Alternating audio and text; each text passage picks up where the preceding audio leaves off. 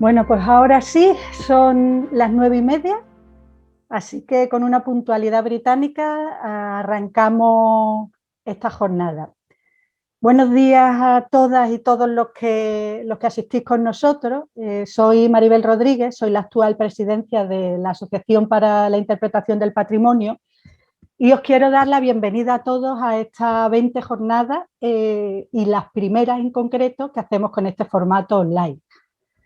Para las personas que no nos conocéis, os comento que en esta asociación nos reunimos profesionales de diferentes ámbitos que podemos provenir, por ejemplo, de la biología, de la educación ambiental, de la historia, de la arqueología, historia del arte, geología, arquitectura, del turismo, museografía, etcétera. Es decir, como veréis, tenemos una diversidad de procedencias increíbles y de entre nosotros algunos trabajamos directamente como guías intérpretes, otros trabajamos más bien como técnicos o consultores o diseñando programas en distintas instituciones, equipamientos. Es decir, si algo nos caracteriza como asociación es la diversidad. Nuestro objetivo en general es promover el uso de esta disciplina y su desarrollo profesional y técnico. ¿Por qué? ¿Por qué nos unimos personas tan diferentes con este objetivo? Porque en realidad yo creo que todos estamos unidos por la creencia de que a través de interpretar el patrimonio, a través de conectar a las personas con su patrimonio, podemos poner nuestro pequeño grano de arena para hacer este mundo un poquitito más sostenible. Cuando hablamos de sostenibilidad me refiero a lo ecológico, a lo cultural, a lo social, es decir, de verdad pensamos que la interpretación del patrimonio es una herramienta muy efectiva. Yo quería que supierais que tenemos un funcionamiento muy horizontal, que se basa fundamentalmente en la participación de los socios. Y precisamente, fruto de esta participación, fruto de este sistema horizontal, es cómo surge la temática que nos ocupa y que nos reúne hoy aquí a todas y todos nosotros. En principio, fue un proceso en el que diferentes personas asociadas presentaron posibles temas y sedes. Y de una votación de toda la asamblea salió esta idea que nos tiene aquí hoy de la interpretación del patrimonio y espacios de memoria traumática. En principio se pensó para celebrar en Alcalá de Henares, pero bueno, conocéis las circunstancias, por lo que finalmente hemos acabado realizando este evento en formato virtual. También quería que supieseis que nuestra asociación funciona exclusivamente por el trabajo voluntario de sus socias y de sus socios. Por esto, ahora voy a dedicar un momentito de esta intervención simplemente a dar las gracias a esas personas que han hecho posible que ahora mismo estemos aquí todos reunidos. En primer lugar, quiero agradecer, digamos, al ideólogo y al que ha sido el organizador del evento, que es Óscar Navajas Corral, quien presentó la idea original y la verdad es que ha ido asumiendo con muchísimo optimismo y con toda la buena voluntad del mundo las pequeñas cosas que han hecho que cambiemos esa idea. Bueno, pequeñas cosas como una pandemia mundial que nos ha hecho cambiar el formato o, bueno, cambios de ponentes a última hora. Óscar, muchísimas gracias por habértelo tomado todo con tantísimo sentido del humor, porque, bueno, al final estamos aquí pese a todo lo que nos ha pasado. También quiero agradecer especialmente al grupo de voluntarias y de voluntarios formados por Alberto Jiménez, Juan Masala, Isabel Fernández, Marlene Anaya e Isabel Luque, que se han dejado asaltar de la forma más improvisada del mundo para aceptar ser la cara visible de la jornada. A lo largo de estos días veréis que cada una de las sesiones tiene un presentador que es una socia o un socio de este grupo humano que formamos la AIP. Quiero dar las gracias también a Yael Pala, que un año más se ha convertido en quien hace nuestra imagen corporativa de la jornada, ¿no? Con esa maravillosa imagen que nos ha permitido publicitar el evento. Gracias, Yael, porque cada día te lo decimos con menos tiempo y cada día eres más rápido respondiendo. Por supuesto, personalmente quiero darle las gracias a esta directiva en la que estoy, de la que me siento muy orgullosa de formar parte, porque ningún trabajo les parece inasumible y todo les parece perfecto que se puede sacar, es una cosa realmente increíble. Creo que poca gente ha tenido la suerte de estar metida en un grupo humano como este. Y, por supuesto, también a nuestros colaboradores oficiales, que en concreto la Universidad de Alcalá de Henares, que nos hace labores de difusión, y también a Travindi, que actúa como nuestro media partner.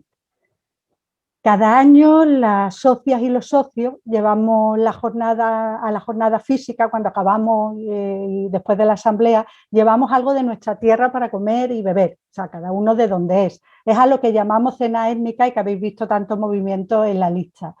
Por eso también quiero agradecer este año al grupo gallego, que se ha visto en el brete de tener que plantear cómo podíamos hacer una cena étnica online, y que ha resuelto con toda la gracia del mundo, como habéis podido ver en vuestros correos.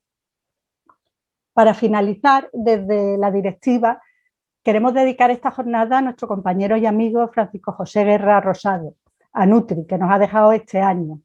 Nuestra asociación no estaría hoy aquí sin él, que fue socio fundador, fue miembro de una de las primeras directivas y ha sido uno de los grandes pensadores y difusores de nuestra disciplina. Yo sé que todos nosotros y todas nosotras le seguimos echando de menos, y no voy a seguir porque me reñiría mucho si estuviera aquí por ponerme tan seria públicamente a su costa. Con lo cual sí que va a estar presente con nosotros. Le encantaba este tema y va a estar en cada uno de nuestros corazones. Ya para finalizar, espero que os sean de utilidad esta jornada.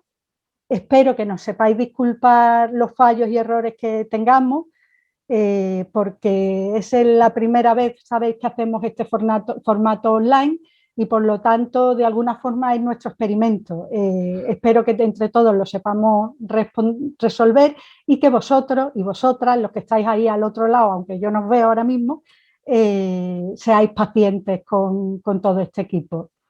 Sin más, vamos a empezar y voy a ceder la palabra a Óscar Navaja, quien nos va a contar cómo hemos pensado, cómo están organizadas las jornadas, cómo podéis interactuar en ellas y cuáles van a ser los tiempos y los cambios. Así que, Óscar, cuando puedas conectarte, cuando puedas abrir el micro, el público es tuyo ya. Muchísimas gracias a todos por estar aquí. Buenos días a todos y a todas. Muchas gracias, Maribel, por tus palabras y por dejarme ser una cobaya en este experimento de jornadas. Y sobre todo a todos los aiperos y aiperas que votaron hacer unas jornadas sobre esta temática. Bueno, tengo una lista para dar las gracias, pero no sé si puedo leerlo todo porque no tengo demasiado tiempo, pero bueno, quizás sí está toda la directiva, ¿no? La verdad es que el apoyo, cuando ha dicho Maribel que yo era el organizador, en realidad a veces creo que he dado más problemas que organizar, pero la directiva y la verdad es que ha hecho un trabajo increíble, ¿no? Carmela, bueno, Ruth, Jacinto. A Larry le dejo para el final porque él es parte de este experimento, que antes casi de conocernos ya estaba instigando con este tema y casi es el que empujó o me dio el empujón definitivo para presentar la candidatura. Pero bueno, sobre todo también agradecer a dos personas que estarán detrás y no les veremos las caras, ¿no? Que son Nuria y Karen, una por la mañana y otra por la tarde, y que el trabajo que han hecho y están haciendo y les queda por hacer va a ser realmente inconmensurable, ¿no?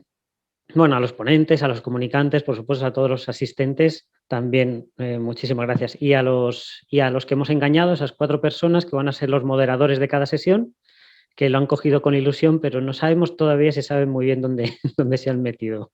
Pero bueno, esperemos que salga muy bien. Me han pedido que por favor recuerde algunos aspectos técnicos. Si me dejo algo, por favor, Nuria, Carmela, pues intervenir, porque tampoco es que yo esté muy ducho.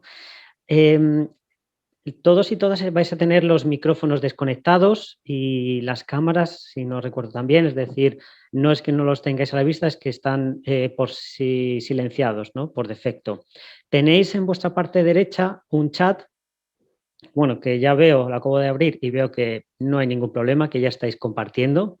Entonces, este chat es uno de los sitios donde nos gustaría que, bueno, las jornadas fuesen un poco más calurosas. Entonces, ahí podéis hacer todos los comentarios que consideréis. También es posible que os llegue algo de información, algún enlace. Ahí tendréis una de las personas es secretaría, que es donde os puede llegar algo de información importante. Sí que os pedimos que este chat no es el sitio para hacer las preguntas o las reflexiones ni a los ponentes ni a los comunicantes. Ahora explicaré un poco la estructura, pero sabéis que al final de cada sesión hay una mesa coloquio, donde los moderadores van a ir recopilando todas esas preguntas que os interesen, esas reflexiones, para compartirlas con ellos y con ellas. Esas preguntas no las hagáis en el chat, por favor. Tenéis en vuestra, si os aparece como, yo creo que aparece todos, a todo el mundo igual, en la parte inferior de vuestra pantalla del Zoom hay un sitio que pone preguntas y respuestas. Por favor, en ese sitio es donde tenéis que hacer todas las preguntas y no esperéis al final de la sesión para hacerlas, es decir, no esperéis a la mesa coloquio, ir haciéndolas, perdón, desde el mismo momento en el que os surjan. El equipo técnico se va a ir encargando de recoger todas esas preguntas y recopilarlas para pasárselas al moderador o a la moderadora de vuestra sesión y hacerlas en el mismo momento, ¿de acuerdo? Insistiremos en esto. Por favor, ir haciéndolas desde el primer momento y en la zona que pone preguntas y respuestas, no en el chat, por favor. Qué pesado creo que me acabo de poner. Bien. ¿Qué más? Bueno, tenéis el chat, la zona de preguntas y, sí, para la vista de los ponentes, comunicantes, nos han recomendado que en vuestra parte superior derecha tenéis un pequeño icono que pone vista. Dicen, bueno, nos han pedido que quizá lo más aconsejable es poner vista de hablante, es lo más cómodo, porque así vais a poder ver a quien esté hablando en ese momento, al comunicante o al ponente o al moderador en primer plano y os aparecerán el resto de personas en la parte superior. Bien, en cuanto a la estructura de las jornadas, como sabéis, tenemos 4 sesiones. Una sesión de mañana, una sesión de tarde y mañana tendremos una sesión de mañana y una sesión de tarde. Todas las sesiones tienen la misma estructura. Empiezan con un ponente que estará hablando 40 minutos. Después de ese ponente tendremos 4 comunicaciones. Las comunicaciones tendrán 15 minutos como máximo. Y tras esas 4 comunicaciones habrá un periodo de, digamos que, de intervalo de 10 minutos. Esos 10 minutos son importantes porque nos darán paso a lo que hemos denominado como la pausa café virtual. Es decir, será un lugar más distendido donde podremos charlar, si queréis, de las jornadas, del tiempo que hace que no nos vemos, de cualquier inquietud, es decir, para conocernos. Es importante que para ir a esa pausa café utilicéis el enlace diferente que os han enviado. Esta mañana desde la Secretaría os han enviado un email recordatorio con el programa y con los enlaces. El enlace de la pausa café no es el mismo que el de la sala de la sesión. Entonces tendréis que entrar en esa sala, en ese nuevo enlace, perdón, y ahí encontraréis diferentes mesas. Os podéis mover por cualquier mesa, os podéis cambiar de una a otra. Cada mesa tendrá un nombre que en algún momento de las sesiones ya explicaremos de dónde proceden, pero simplemente son sitios para compartir lo que consideréis.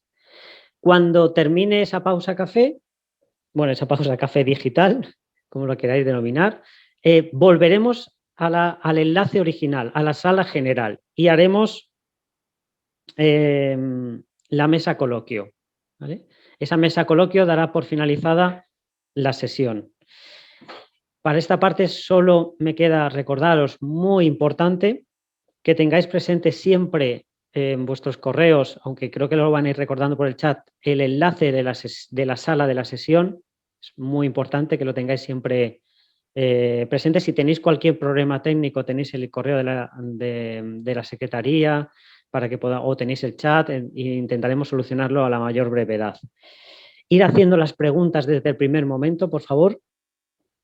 Y sobre todo no olvidéis de disfrutar de las jornadas en todo lo que podamos. Sobre todo que además dentro de la frialdad que puede ser el entorno digital, pensar que muchos y muchas estamos en nuestros entornos íntimos y personales de nuestros domicilios, con lo cual más más anfitriones no podremos ser. Hay una cosa que también nos va a dar mucho pie para participar, y es que hemos creado, como sabéis, unos murales. Los murales no aparecen en el programa porque es una aplicación que han creado el equipo técnico y que estará activa durante todas las jornadas.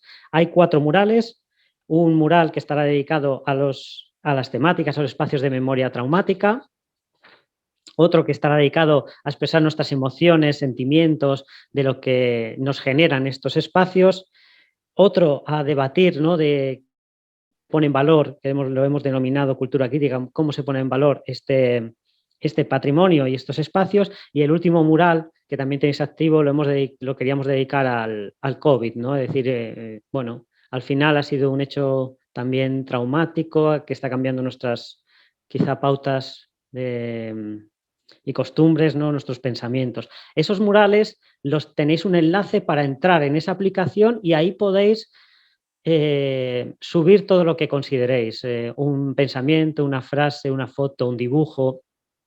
Los vais a tener abiertos los 4 durante todas las jornadas. Y el último día, Isabel Luque, perdón, se encargará de hacer un pequeño resumen de los mismos. Bien, cualquier duda, por favor, no dudéis en preguntarla por el chat y la solucionaremos o la responderemos lo antes posible. Solo me queda recordar que, bueno, las jornadas van sobre turismo oscuro, espacio de memoria traumática. La primera la vamos a dedicar a ver qué es eso del turismo oscuro, cuántas tipologías hay, cómo podemos definirlo, y tendremos a uno de los ponentes, un experto en esa materia, ¿no?, que lo presentará, en este caso moderador, que será Alberto. Por la tarde tendremos una sesión dedicada más al público no cautivo, que es por qué visitamos, iba a decir visitan, ¿no?, como si el resto no visitásemos estos lugares, pero por qué visitamos espacios de memoria traumática, por qué nos gusta visitar el dolor, por qué nos gusta emocionarnos con el sufrimiento, qué mal suena esto. Sí. O al revés, ¿no? ¿Para qué sirve, no, poner en valor algunos de estos lugares, ¿no? ¿Cuáles son las motivaciones? ¿Qué es lo que suscita, no? Eso lo hablaremos esta tarde. Mañana por la mañana veremos cuáles son las posibles técnicas y metodologías que hay para poner en valor este tipo de patrimonio. Es decir, cómo hacemos que aquellas teorías de que la interpretación del patrimonio es amena o tenga que ser amena y no choque con algo tan doloroso como, por ejemplo, los hechos traumáticos, ¿no?, del ser humano o de los desastres naturales. Y para cerrar las jornadas por la tarde veremos ejemplos y cómo se pone en valor este tipo de patrimonio tanto dentro como fuera del museo, ¿no?, para tener las dos versiones, ¿no?, la interpretación de los espacios traumáticos en el territorio y dentro de esos lugares subcrónicos que son los museos. Sin más dilación y porque justo son casi -10, os doy nuevamente las gracias. Un recuerdo tremendamente personal para Nutri y le cedo la palabra a nuestro primer moderador, Alberto. Gracias, Óscar. Bueno, como bien ha dicho, yo me toca en esta sesión de mañana hacer la moderación de toda la sesión, o sea que me tendréis que aguantar, ya lo siento, tanto los ponentes y comunicantes como los participantes. Mi función ya se marca un poquito, es presentar brevemente a las ponencias y los comunicantes y dar paso a sus exposiciones. Hacer cumplir el horario, que intentaré ser hasta a veces borde, me imagino. Anunciaré a los ponentes, interrumpiré su ponencia dando ya tiempos que restan, etcétera, para intentar ajustarnos y ser puntuales, porque informáticamente es muy importante esto.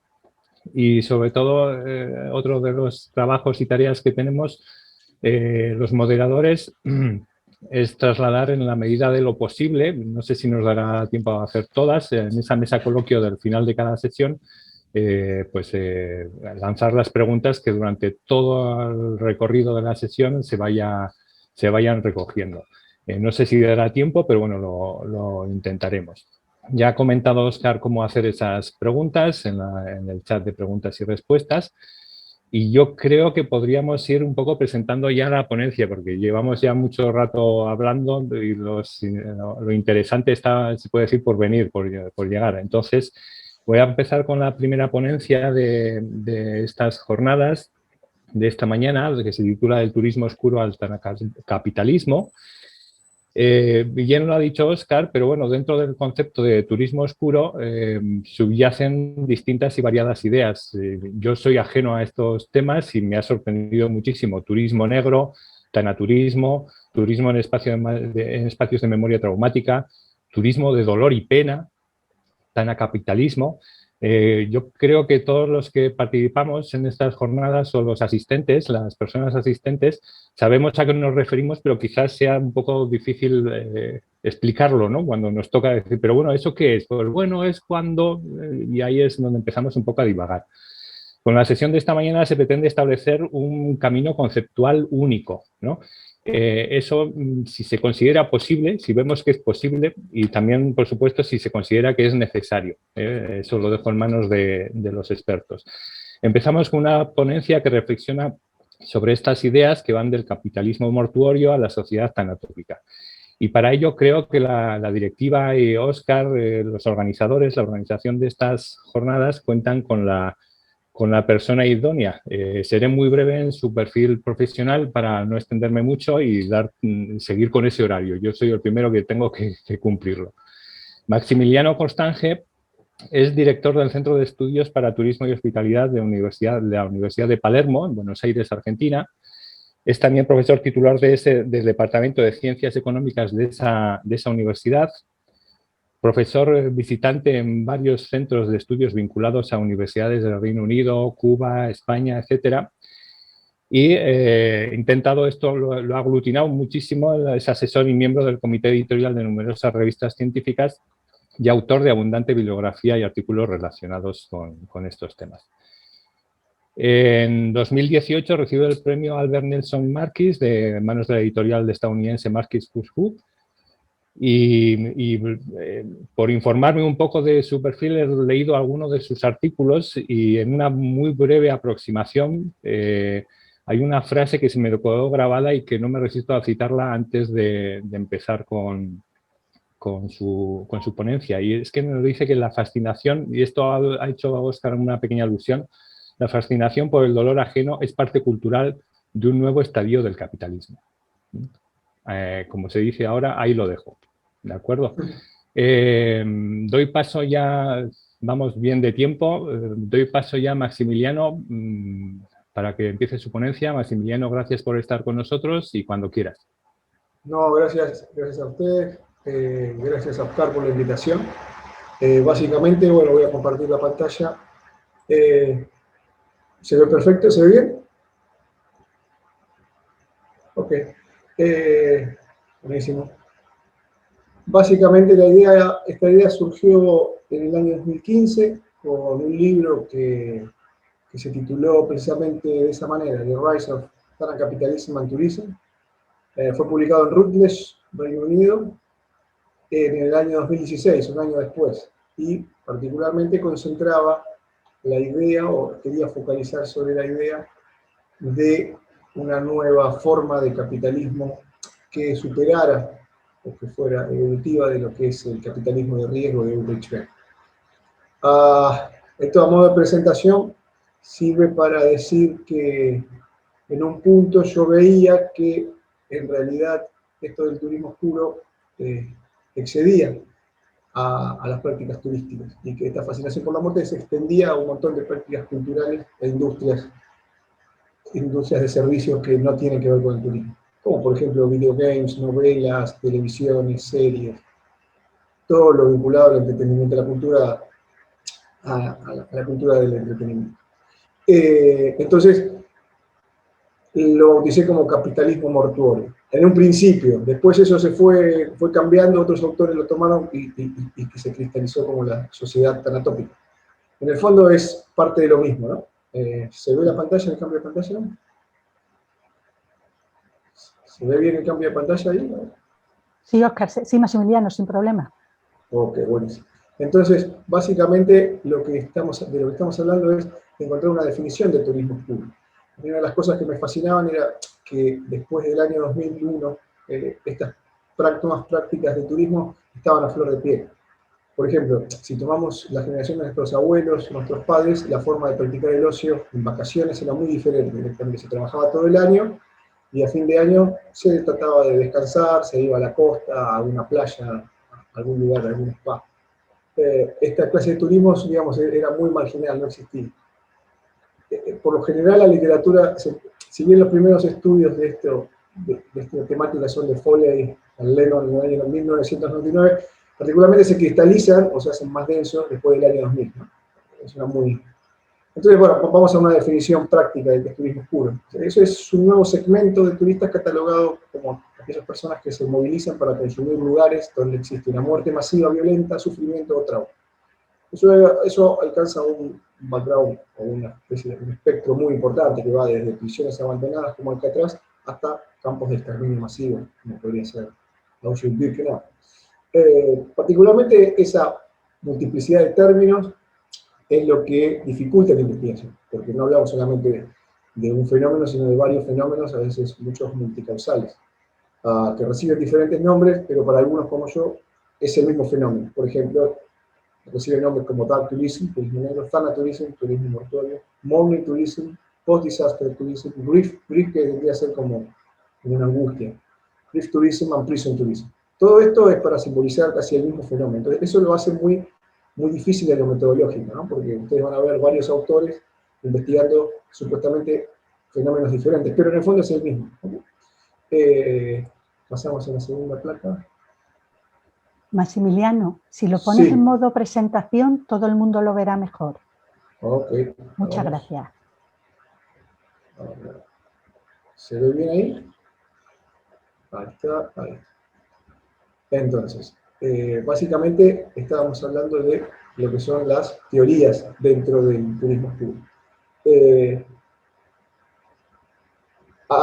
Existe una suerte de grupos teóricos que centran el turismo oscuro como una forma de reflexión o empatía frente al sufrimiento del otro. Es decir, yo a través, o visitando esta clase de espacios, en realidad lo que estoy haciendo es indagar sobre mi propia finitud, sobre mi propia muerte. ¿Cierto? Estos exponentes van desde Richard Shirley, Philip Stone, John Lennon, Richard Hartman. Todas estas personas consideran que uno en realidad lo que está haciendo en esta suerte de santuarios o lugares es reflexionar sobre la vida propia a través de la muerte del otro. Hay otro significante que muere y entonces me ayuda a mí a entender por qué vivo. Y después hay otro grupo de teorías que se centra en el consumo patrimonial como forma de indagación histórica. Por ejemplo, los exponentes son Janis Foria, Novak Collins-Greiner. Esos estudios sobre patrimonio, digamos, se conoce como también escuela patrimonial. A ver si puedo ver la parte, me estaría dificultando la parte ahí. La parte de arriba, ok. Disculpen, esto lo voy a sacar. Ahí está.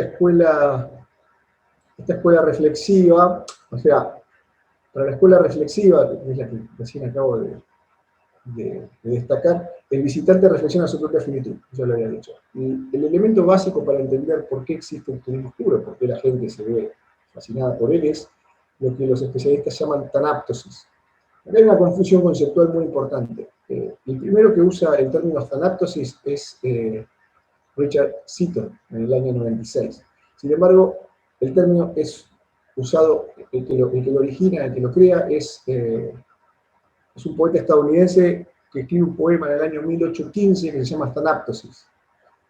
Es William Cullen Bryant, es uno de los padres de la literatura estadounidense. Básicamente lo que Bryant dice es que no se puede vivir o sea, no se puede amar la vida sin amar la muerte. Que la vida y la muerte son como dos amigos que se van combinando, dos fuerzas que se van combinando a lo largo de la vida del crecimiento. Por esto, esta palabra la toma Seaton para trabajar en el año 96. Y es muy interesante, la escuela reflexiva, digamos, tiene una teoría muy interesante sobre el tema de los espectros del turismo oscuro. O sea, no todos los sitios de turismo oscuro son iguales. Tenemos sitios que van desde lo más light o lightest hasta lo más oscuro. Por ejemplo, ¿qué diferencia un espectro oscuro y un espectro más claro? Es, por ejemplo, Auschwitz-Birkenau de el 9/11. O sea, uno es un entretenimiento masivo y el otro es un lugar de trauma, de congoja. Para la escuela reflexiva, el turismo oscuro es una forma de peregrinaje. Por ejemplo, Stone lo compara al peregrinaje medieval a la tumba de los santos. ¿Por qué un peregrinaje? Porque existe un elemento en la antropología que es la base del peregrinaje, que es el engagement, es la conexión con el otro, ¿no? O la conexión con el mundo. Y por lo general se da en sociedades, el turismo oscuro se da en sociedades altamente secularizadas. ¿Por qué? Porque son sociedades que en algún punto niegan la muerte, entonces la muerte genera mucha ansiedad.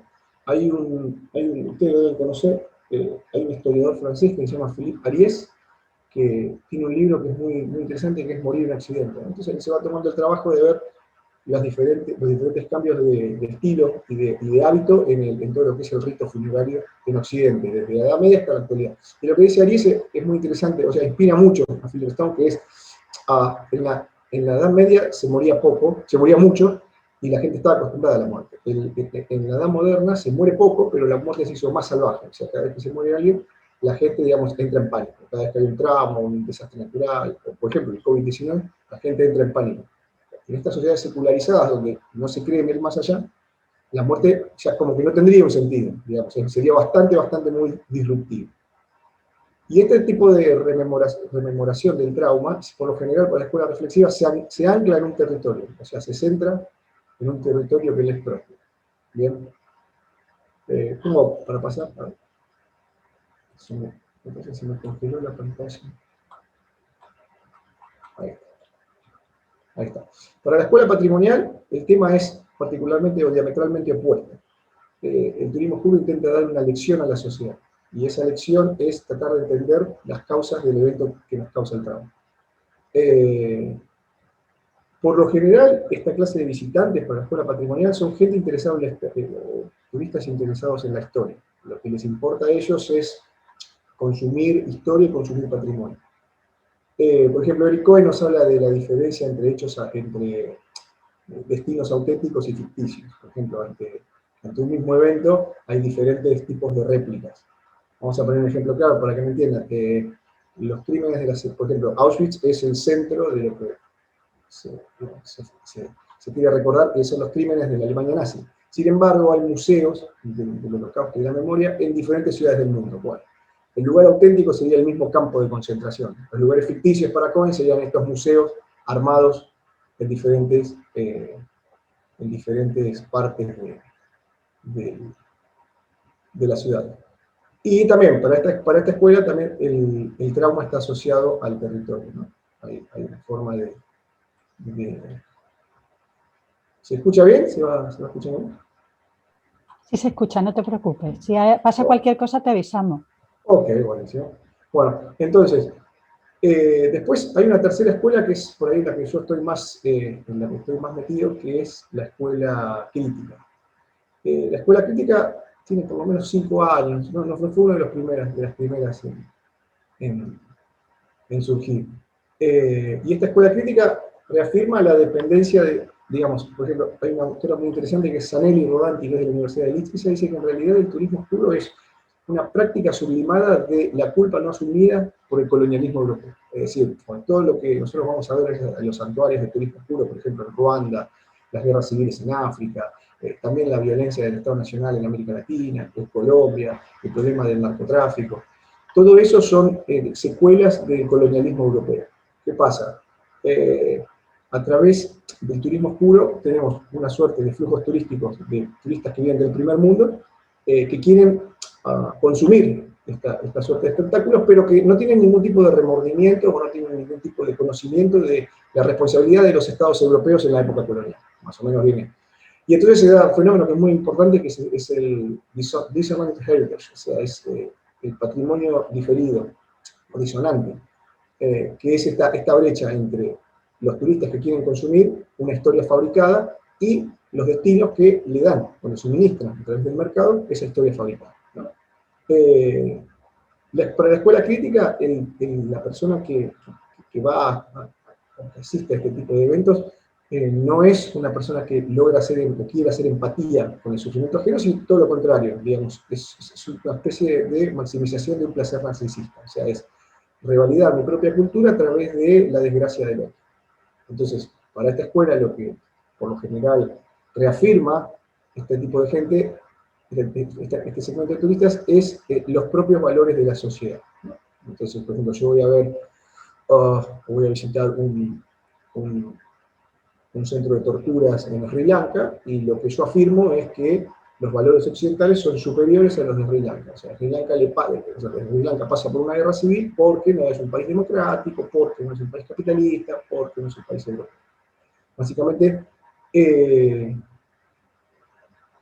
Básicamente esa es la lección o la tesis de este tipo de escuela. Después hay una autora muy interesante que es Joyce Sager-Wastad, que ella lo que nos dice es que en realidad ella se centra en el problema del 9/11. Su trabajo de campo etnográfico es el 11 de septiembre, el Ground Zero. Ella dice, ante el 11 de septiembre el mundo creó un lazo de empatía con los Estados Unidos. Pero luego de las invasiones a Irak y Afganistán, ese mismo mundo retiró el soporte de los Estados Unidos. ¿Por qué? Se pregunta. Así empieza su libro, ¿no? Tiene un libro muy interesante que es Heritage That Hurts, o sea, el patrimonio que duele. Y lo que dice ella es, ante el trauma todos los hombres son iguales. Entonces, ante un trauma primigenio, todos los hombres se unen, generan empatía. Pero cuando el poder político quiere manipular el mensaje de lo que se va a transmitir a raíz de rememorizar ese trauma, ahí nace el patrimonio. Y el patrimonio, al ser puramente político, para Sager-Wastad, es una tergiversación del hecho real. Ejemplo, visitando el Ground Zero, tenemos un montón de, nos hacen una introducción, nos cuentan una historia, pero realmente poco se sabe, ¿no? de las causas del 9/11. Poco se sabe de Al-Qaeda y de las causas del 9/11. Entonces, básicamente, bueno, ahora voy a pasar autor por autor, aunque es un poco aburrido, voy a pasar autor por autor para que se entienda mejor. El primero es Philip Stone. Para Philip Stone, el turismo puro tiene que ver con, como yo les decía, como una mediaticidad o reflexión con otro significante, que no está presente. Por lo tanto, el turismo puro sería un ritual de pasaje que genera una mediación entre la propia finitud y la muerte ipso facto de otro, en forma empática, ¿no? En la sociedad, esto ya lo dije, lo voy a repetir, sobre el tema de Philip Aries, la tanaptosis no solo es el elemento esencial del turismo puro, sino que además se da en sociedades seculares que tienen ciertos problemas para entender la finitud, ¿no? Vamos a ver otro. El próximo que tengo acá es Richard Sharpley. Richard Sharpley también en la Universidad del Centro de Lancashire como Philip Stone, y tiene en algún punto, en algún sentido, un punto de convergencia, ¿no? Pero para Sharpley la idea del turismo puro se centra en la tragedia. ¿Por qué se centra en la tragedia? Porque la cultura, la construcción cultural, nace de un hecho traumático. De hecho, se crea la cultura para enfrentar un mundo que es hostil. Entonces, el desastre confronta la cultura, pero a la vez crea un espectáculo mediático en torno a sí mismo. Un poco eso es lo que se ve con el 9/11 y el Ground Zero, ¿no? Se crea, o sea, ante la imposibilidad de detener lo peor, bueno, podemos estilizarlo, podemos embellecerlo, podemos crear un espectáculo del desastre. Este espectáculo, digamos, moviliza una audiencia que está ávida de poder rememorizar o consumir este evento traumático. En realidad, para Sharpley, el turista que visita estos lugares no busca consumir muerte, sino que busca experiencias auténticas, ¿no? Él lo denomina, yo lo traduzco como metáfora del infierno como destino turístico. Lo que dice Sharpley es, en algún momento, si pudiéramos entrar al infierno, iríamos al infierno para ver cómo es. Al cielo sabemos que no podemos ir porque las entradas son limitadas, pero si el infierno se abriera al público, todos quisieran ir a ver cómo es, ¿no? Porque hay algo mórbido en nosotros que nos lleva a querer visitar este tipo de lugares. El próximo autor que vamos a ver es Eric Cohen. Como yo les decía, Eric Cohen está centrado en el tema del holocausto. Ya no ustedes van a ver cómo diferentes autores centran sus teorías trabajando un caso en particular, ¿no? Para Cohen, el tema es, su objeto de estudio es el tema del Holocausto y los diferentes museos que se dan en el mundo. Entonces, para Cohen, el turismo oscuro es como una lección ética, histórica, como una especie de, sí, una especie de lección que se le da a la sociedad, o se le transmite a la sociedad, para poder entender y prevenir ciertos desastres o ciertos eventos traumáticos. Pero claro, hay una diferencia entre el lugar donde se cometió, el lugar donde se realizó o apareció por primera vez, el lugar donde se originó el desastre y las réplicas de ese desastre. Por ejemplo, el tema de lo que yo les decía como introducción, de estos museos que se dan sobre la Shoah en todo el mundo, no son el lugar donde cayeron los primeros cuerpos, no representan, digamos, son representaciones de un sitio que es ajeno a esos lugares, pero el espíritu de más o menos lo que se quiere decir es el mismo. Y la esencia del turismo puro para Cohen tiene que ver con una idea del retorno a lo trágico, ¿no? ¿Por qué queremos retornar siempre a lo trágico? Porque retornar a lo trágico es no solamente estar en la historia, sino que es intentar evitarlo. O sea, eso es lo que en psicología se llama rememoración. Rememoramos para tratar de evitar lo traumático. Ya es inevitable, ya pasó. Lo que queremos que no vuelva a pasar. Bueno, esta autora, yo lo trabajé mucho, es Joyce Adler Wagstaff. Ella trabaja el tema del Ground Zero, y un poco lo que yo les mencioné ahora en forma de introducción. Ella considera que la muerte o el desastre nos hace a todos iguales, y pone como ejemplo el tema de la solidaridad política de los diferentes estados nacionales a Estados Unidos luego del 11 de septiembre. ¿Qué pasa? Con la intervención de George Bush a Irak y Afganistán, tratando de crear un mensaje político, lo que dice Wagstaff, se genera un patrimonio oscuro, y ese patrimonio, en vez de unirnos, nos desune. ¿Por qué? Porque es un patrimonio político, es un patrimonio que busca acumular poder. En esto van a coincidir casi todos los autores, ¿no? Las sociedades seculares son, digamos, más proclives a este tipo de turismo que las sociedades tribales. Vamos al próximo. Zanelli es profesora de la Universidad de Leeds, donde yo hice la visitancia. Es muy interesante su postura porque ella vincula el turismo oscuro a la mediaticidad de los medios de comunicación, sobre todo lo que es la industria del cine, el cine de terror, el cine del Holocausto, y el tema de los consumos turísticos. Entonces, para ella,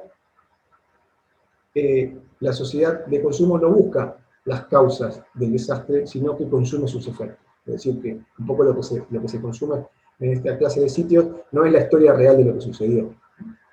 Su interés por la historia no versa en los crímenes cometidos por las potencias, sino en una historia fabricada. O sea, por ejemplo, los turistas ingleses viajan a Ruanda para ver, por ejemplo, los vestigios de la guerra civil, o de alguna matanza étnica en África, aunque ellos no son conscientes de las responsabilidades políticas del Reino Unido en esa matanza. Un poco lo que simboliza eso. ¿Por qué? Porque hay un otro no europeo que es moldeado y consumido acorde a los ideales europeos. Por lo tanto, para ella, el turismo oscuro sería una continuación indefectible de la explotación colonial, centrada, si se quiere, en una representación romántica y teocéntrica de la historia, ¿no? O sea, la historia es más o menos como la cuentan los narradores. Bueno, toda esta gente a mí me llevó un poco a formular mi propia teoría sobre el tema. Al principio me habían dicho que estaba loco, y después se empezaron a preguntar si algo de razón no tenía, ¿no?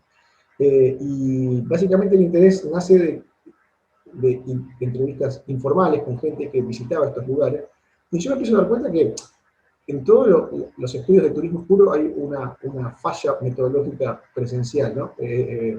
Acuciante, digo. Esa falla metodológica radica en que la mayoría de los estudios está hecho en base a lo que se llama turismocentrismo, o sea, tomar al turista como el único objeto, la única persona que nos puede brindar información científica. Entonces se recurre a estrategias, metodologías como la entrevista o, digamos, otro tipo de metodologías que buscan indagar sobre el tema del turismo oscuro a través de lo que la gente piensa. Entonces, ¿qué hacen? Van a esta clase de sitios y le preguntan a la gente por qué visita este lugar. Y la gente responde con discursos estereotipados, ¿no? Pero bueno, yo siempre pongo el siguiente ejemplo, que fue el que estudié yo cuando estudié antropología, que es, si yo tuviera que entrevistar a un gángster, y mi pregunta sería, ¿cuál es su profesión? ¿Qué se supone que el gángster va a contestar? Yo soy un hombre de negocio. Ahora la pregunta es un hombre de negocio? Bueno, la respuesta es no. Básicamente, el ejemplo del gángster nos lleva a algo que los psicoanalistas ya descubrieron hace mucho, es que hay una disociación entre lo que la gente dice y lo que la gente hace. Que además de, por ejemplo, mentir, hay gente que miente, por ejemplo, para proteger sus intereses, hay una realidad que muchas veces muchos de nosotros no somos conscientes de nuestro mundo individual, de nuestro mundo interno, nuestro mundo psicológico. Entonces, nos preguntan algo y realmente contestamos una cosa cuando pensamos otra. Entonces, una de las limitaciones que me llevó a mí a cuestionar el tema de lo que se estaba produciendo a nivel de paradigmas en turismo oscuro es que eran teorías que se estaban construyendo a través del cuestionario de lo que creía el turista, ¿no? Como si fuera por ahí una encuesta de management o de marketing. Y que había una imposibilidad metodológica que muchas veces mucha gente contestaba que visitaba esta clase de lugares porque estaba interesado, cuando en realidad no estaba interesado, sino que había un poco de morbo también en eso.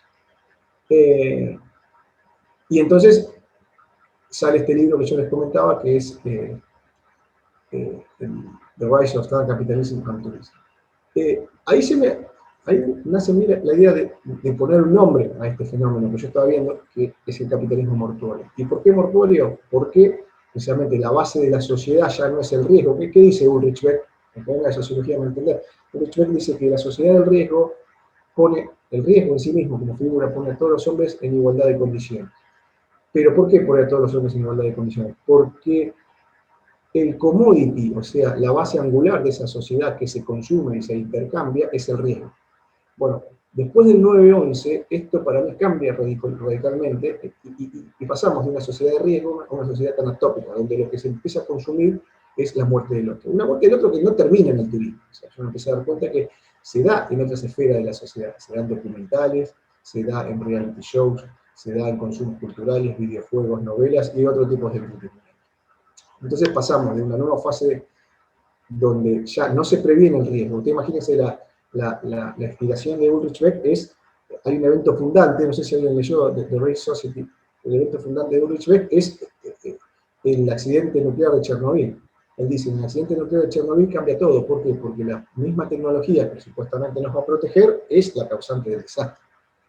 Entonces, Ulrich Beck es el primero que da sentido a la idea de la teoría precautoria. Es, a través de la racionalidad occidental, uno puede prevenir, localizar y erradicar riesgos que pueden ser globales.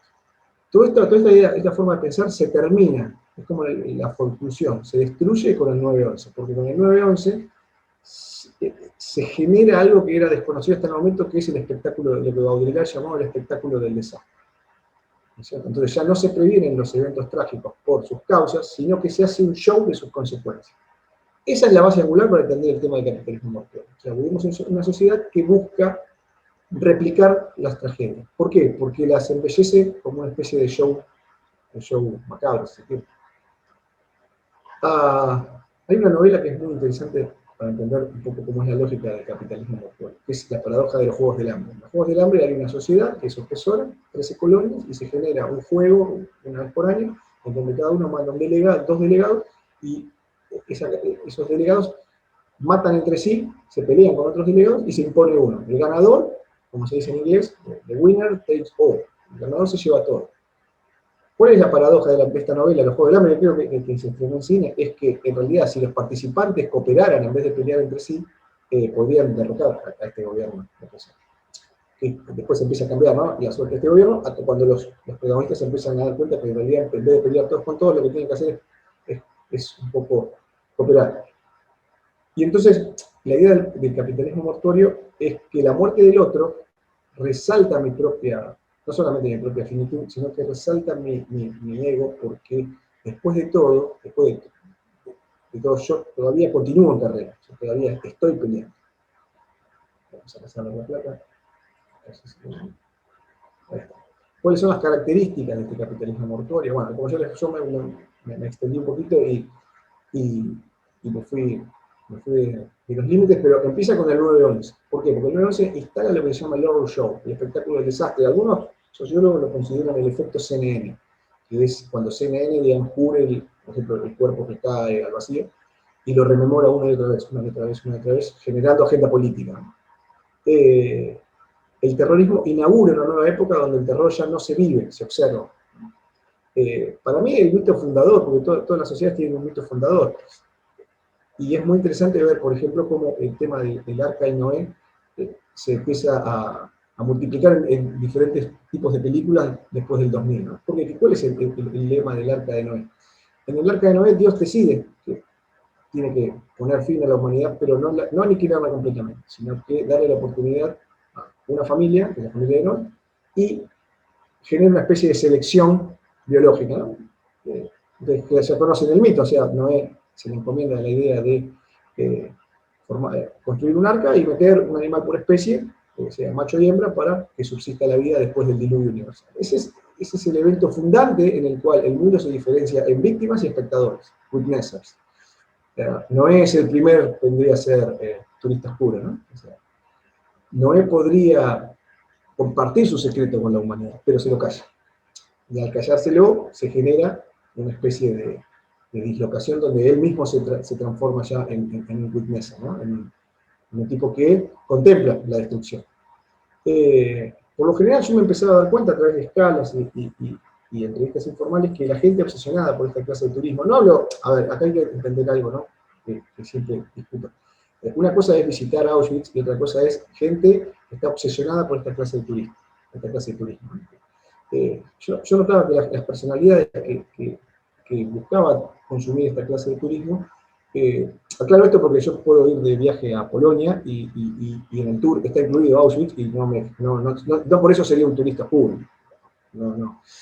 Pero sí empecé a notar que eran personajes marcadamente narcisistas, ¿no? Y que esta especie de consumo estaba centrado ya no en el riesgo, como pensaba Beck, sino en la idea de la muerte del otro como principal commodity, es decir, principal objeto de intercambio. ¿Cuál es la psicología de las personas que yo relevé en diferentes estudios de esta clase de turismo? Wow, básicamente son simplificaciones, pero se las voy a enumerar ahora. No, son ansiosos, por lo general, a lo radicalmente diferente. Buscan ritualizaciones que calmen la ansiedad. O sea, la diferencia en realidad no sería lo contrario a lo que serían, por ejemplo, los mochileros, los turistas de riesgo que practican deportes extremos. Tienen obsesiones particularmente marcadas por los ideales de la cultura occidental, como baluartes únicos a seguir, ¿no? Ven la vida como una guerra de todos contra todos, donde los débiles mueren y los fuertes sobreviven. Sus acciones se centran en ganar, no en cooperar. Son narcisistas y en el fondo insensibles al sufrimiento del otro. Son particularmente teóricos, es decir, les gusta hablar mucho y son poco pragmáticos. ¿Cuáles son los rasgos esenciales de esto? Yo los denominé dead seekers, que son, por eso lo diferencio de lo que es un turista puro, una persona que ocasionalmente va a este lugar y le llama la atención, de personas que se dedican exclusivamente a consumir esta clase de espacio. Es una clase orientada a consumir espacio de tragedia como forma de automotivación. Acá es muy interesante, porque George Herbert Mead, que es el padre de la sociología moderna, ya en 1940 se daba cuenta del siguiente axioma. Él decía, hay gente que lee malas noticias todo el tiempo y se queja de las malas noticias, pero paradójicamente no para de leerlas. Él se pregunta, ¿por qué? Y lo que él nos explica es muy interesante. Es decir, el self siempre se constituye en base a un otro. Este self que se constituye en base a otro, cuando ese otro fallece, por lo general siente una especie de alivio porque logró evitar su propia muerte. Es decir, es como el juego de la silla. O sea, le toca irse a otro, no a mí. En un mundo donde es hipercompetitivo y donde solamente gana uno, o solamente ganan pocos, la idea de que el otro ya no figure le genera cierto placer al ser, ¿no? Esa sería la idea de George Herbert Mead reconfigurada. Entonces, esta clase de personas que compiten todo el tiempo y que tienen esta idea, como si se quiere, darwinística, de la sociedad donde pocos ganan y la mayoría pierde, se gratifican con la muerte del otro porque no han sido, digamos, la muerte los ha tocado como seres superiores y escogidos, ¿no? Especiales. Parten siempre del supuesto que el presente es mejor que el pasado. Consumen culturas de patrimonio en forma obsesiva y son instrumentales. Es decir, ¿qué quiere decir que son instrumentales? Usan a la gente para su propio fin. por lo general consideran al mundo un lugar inseguro y hostil, y tienen una gran impronta al darwinismo social. ¿Qué es el darwinismo social? Un breve resumen. Si Charles Darwin consideraba que la evolución de las especies, desde lo biológico, tiene que ver con la adaptación del más apto, el darwinismo social nos explica que la evolución humana tiene que ver con la adaptación del más fuerte o el más inteligente, y que hay ciertos grupos raciales que son más inteligentes que el resto. Eso es darwinismo social puro, ¿no? La aplicación de eso es Sears Galton, que es el sobrino de Darwin. Y con el darwinismo social tenemos esta especie de sociedad utópica o distópica, donde los superiores sobreviven y los inferiores mueren. Claro, la muerte en estas sociedades seculares es visto como un signo de indefensión, como un signo de inferioridad, porque solamente los fuertes sobreviven. Y bueno, los Weizsäcker tienen ciertos problemas que ya son casi patológicos para poder entender la muerte, ¿no? Y acá, en esta teoría, para que se entienda mejor, yo lo uní un poco a lo que se llama el síndrome del sobreviviente, ¿no? Esto se estudia mucho en resiliencia, en los psicólogos que se dedican a estudiar lo que es el post-recovery stage, o sea, los contextos de recuperación de tragedias o procesos de resiliencia. Y cada vez que una tragedia toca la puerta en cualquier sociedad, se genera mucha ansiedad y un efecto casi en cascada.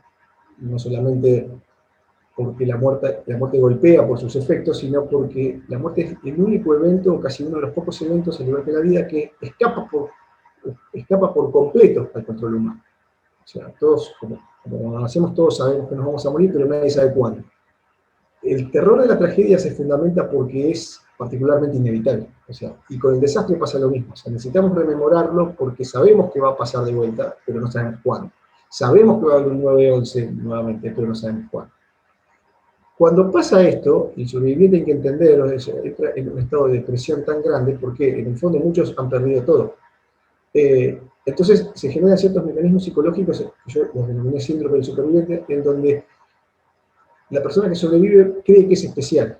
Y cree que es especial porque después de todo el desastre, o sea, después de todo lo que pasó, todas las pérdidas que tuvo, estamos hablando de gente que puede perder su familia, gente que se le ha caído el techo de su casa, que un huracán le ha destruido su casa, que tiene que empezar de cero. Después de todo, él ha sobrevivido, y ha sobrevivido porque es especial, porque es importante, y porque tiene una misión política a cumplir, que por lo general tiene que ver con la lucha contra la corrupción, la lucha contra el poder político de turno. Entonces, ese efecto puramente narcisista tiene como objetivo principal ensalzar y levantar al ego. ¿Por qué? Porque el ego está en caída libre, está cayendo en un estado de depresión. Entonces, es casi resilientemente, es parte del proceso de resiliencia y es muy importante para pasar este periodo. Pero ¿qué pasa? Cuando esta especie de narcisismo bueno o benéfico, si se quiere, se estanca y no vuelve a su estado natural, se generan formas patológicas de relación, como por ejemplo, a nivel, no voy a hablar de la psicología, pero voy a nivel societario, los discursos racistas, los discursos chauvinistas o xenófobos. Por ejemplo, no se puede entender la sociedad estadounidense de Donald Trump sin entender el 11 de septiembre. Un poco sería, aplica para otras sociedades también, pero básicamente esa sería la idea del síndrome del superviviente. Y entonces acá yo doy con otro autor que es muy interesante y me ayuda a entender un poco la sociedad tanatópica y cuál es su relación con el narcisismo. O sea, el narcisismo es una patología psicológica y social en el cual hay una persona que se cree única y con derecho a poder cooperar, y con el derecho de poder cooperar solo y con condición de otros de su mismo estatus o su misma clase. Por lo general, como explicaba, el narcisismo se da cuando el ego se resiente por algún motivo, ¿no? Cuando choca contra la realidad. Y genera esta especie de burbuja que lo hace impermeable a la realidad. Por lo general son personas que esto lo dice Lash, no lo digo yo, son personas que se orientan particularmente obsesivamente al consumo y está centrado en el exceso de placer. Busca siempre experiencias que lo van a sentir únicas. Por esto que yo le digo que el ego está mutilado. Lash usa esa palabra, el ego está mutilado. Y después, la otra parte importante de mi teoría es el tema del darwinismo social en Richard Hofstadter, ¿no? Es un pensador, en realidad es alemán, migra después de la caída de la Alemania nazi a los Estados Unidos, y hace un estudio muy interesante sobre el tema de la doctrina derivada, la doctrina protestante de la excepcionalidad de la cultura estadounidense. Él dice que en el darwinismo social, que no es el darwinismo de Darwin, ¿no?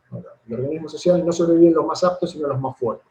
Y que esta teoría es una lucha que demuestra la superioridad del propio agente, ¿no? O sea, que decía Darwin, los anglosajones son los más inteligentes, después vienen las diferentes razas, y después todo eso genera una pirámide que explica las organizaciones humanas, ¿no?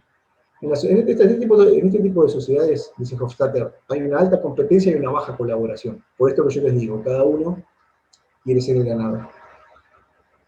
¿Y cuál es el origen como decía Weber, ¿no? El origen del capitalismo es la doctrina protestante. ¿Por qué? Porque si ustedes, por ejemplo, ven en las diferentes religiones, todas las religiones se cuestionan lo mismo. ¿Cómo puedo yo acceder al reino de los cielos? ¿Cómo puedo yo entrar al cielo, al Valhalla, a los diferentes lugares, si se quiere, o centros ejemplares de la religión, ¿no? Para el católico, la forma de entrar al cielo es en el aquí y ahora, o sea, ser una buena persona, o ser solidario, o ser empático con el otro en el aquí y ahora. Pero lo mismo no pasa con la cultura puritana. La cultura puritana, digamos, los que van a entrar al cielo son los que están declarados en el libro de la vida. Y esas personas que están declaradas en el libro de la vida son especiales, son pocas. Ahora, ¿cómo sé yo que soy una de esas personas que está en el libro de la vida? Bueno, para el darwinismo social la mejor forma de saber si uno está ahí es compitiendo, es trabajando, es yendo hacia la propia realización. Eso es importante, la propia realización. Entonces, para el darwinismo, digamos, la pobreza, la muerte en sí son signos de debilidad moral, no de supremacía. Bueno, esto ya lo dije, ¿no? Es una máxima donde siempre el ganador se lleva todo, o sea, the winner takes all. Y el otro siempre es visto como un enemigo a vencer. ¿Por qué? Porque para Hofstadter, la sociedad darwinística, la vida es simbolizada como una carrera. Una carrera donde solamente uno o pocos llegan. No hay una meta para mucha gente. Bueno, perdón, Maximiliano, sí, 10 minutos. Sí.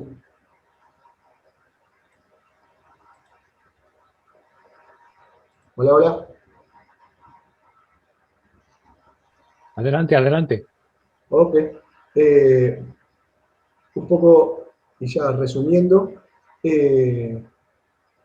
vamos a los puntos esenciales que vinculan del 9/11 a la sociedad tanaptópica, ¿no? El 9/11 fue un evento y esta sociedad es otra. El 11 de septiembre es un hecho fundacional y fundamental para entender la sociedad del riesgo, el pasaje de la sociedad del riesgo al capitalismo mortuorio. Se deshace la relación entre causa y el efecto, o sea, esto lo estudió muy bien Mark Oshie, ¿no? En la sociedad industrial siempre hay una causa para un efecto. En esta sociedad posmoderna, tanaptópica, ya eso se desdibuja, y ya llega un momento que causa es efecto y efecto es causa, y se genera como un ciclo, un bucle. Se da paso al show del desastre que viene a reemplazar un poco el tema de la doctrina precautoria. Y esta idea es importante para entender por qué yo lo vinculo al 9/11, porque es el primer evento que hace del desastre algo comercial, una nueva forma de entretenimiento.